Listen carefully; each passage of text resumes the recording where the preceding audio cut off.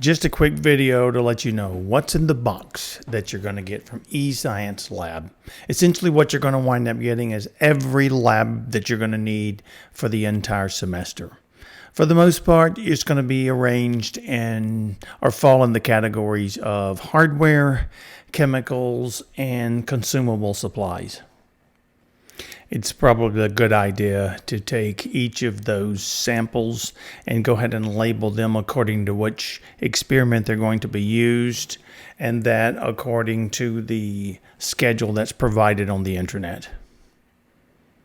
And with that, that's a look at what's in the box. Lots of experiments. Look forward to working with you this semester.